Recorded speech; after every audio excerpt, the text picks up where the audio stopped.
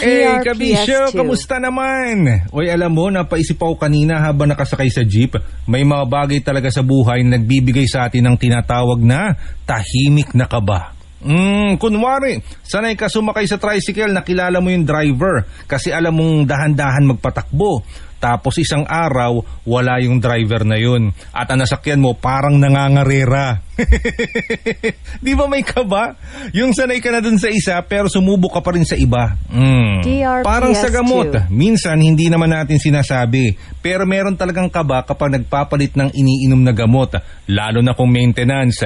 Iba pa rin talaga yung peace of mind kapag panatag ka sa nakasanayan mo. May mga bagay ba kayong subok na hiyang sa inyo? Yung lagi nyong binibili at ginagamit? Ganyan ako pagdating sa gamot na iniinom ko. Hindi ako basta nagpapalit ng brand dahil merong hiyang sa akin. Alam ko kasi minsan na akong sumubok ng iba at hindi maganda ang naging epekto sa akin. Doon ko nakumpirma na sa RightMed talaga ako hiyang. Kaya pag bumibili ng gamot, ang lagi nasa isip ko, kailangan yung hiyang sa akin. Kailangan yung right medicines. At para sa akin, RightMed yun. If symptoms persist, consult your doctor.